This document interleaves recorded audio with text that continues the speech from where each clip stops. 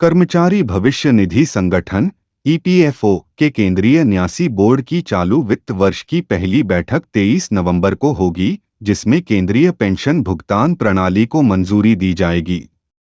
यह प्रणाली 1 जनवरी से लागू होगी, ऐसा इकोनॉमिक टाइम्स ने गुरुवार को बताया। श्रम मंत्री की अध्यक्षता वाले बोर्ड द्वारा बैठक के दौरान ईपीएफओ के खाता विवरण और वार्षिक रिपोर्ट 2023 से 24 को भी मंजूरी दिए जाने की उम्मीद है। ईपीएफओ के केंद्रीय न्यासी बोर्ड सीबीटी की पिछली बैठक फरवरी 2024 में हुई थी। तब बोर्ड ने 70 मिलियन से अधिक ग्राहकों के लिए भविष्य निधि पर 8.25% की ब्याज दर की घोषणा की थी। प्रोविडेंट फंड एक बचत योजना है जिसका उद्देश्य किसी व्यक्ति की सेवानिवृत्ति है।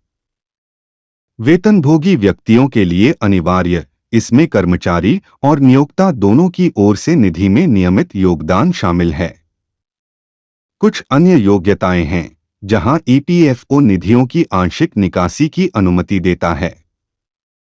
केंद्र द्वारा जारी एक प्रेस विज्ञप्ति के अनुसार केंद्रीय पेंशन भुगतान प्रणाली का उद्देश्य राष्ट्रीय स्तर पर केंद्रीकृत प्रणाली की स्थापना करके ईएफपीओ को आधुनिक बनाना है, जो पूरे भारत में किसी भी बैंक, किसी भी शाखा के माध्यम से पेंशन संवितरण को सक्षम करेगा।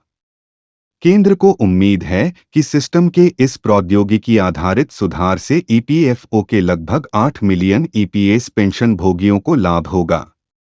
सीपीपीएस पेंशन भोगियों के स्थान या बैंक बदलने पर पेंशन भुगतान आदेश पीपीओ को स्थानांतरित किए बिना पूरे भारत में पेंशन वितरण की अनुमति देगा। श्रम मंत्रालय ने कहा कि इससे अपने गृहनगर वापस जाने वाले सेवानिवृत्त लोगों को बहुत लाभ होगा। मंत्रालय ने कहा, यह सुविधा ईपीएफओ की चल रही आईटी आधुनिकीकरण परियोजना केंद्रीकृत आईटी सक्षम प्रणाली CITS 2.01 के हिस्से के रूप में 1 जनवरी 2025 से शुरू की जाएगी। अगले चरण में सीपीपीएस आधार आधारित भुगतान प्रणाली ABPS में सुचारू परिवर्तन को सक्षम करेगा। प्रस्ताव के अनुसार पेंशन भोगियों को अपनी पेंशन शुरू होने पर सत्यापन के लिए शाखा में जाने की आवश्यकता नहीं होगी, क्योंकि पेंशन जारी होने के तुरंत बाद ही जमा हो जाएगी। इसके अतिरिक्त ईपीएफओ को उम्मीद है कि नई प्रणाली से पेंशन वितरण में महत्वपूर्ण लागत बचत होगी।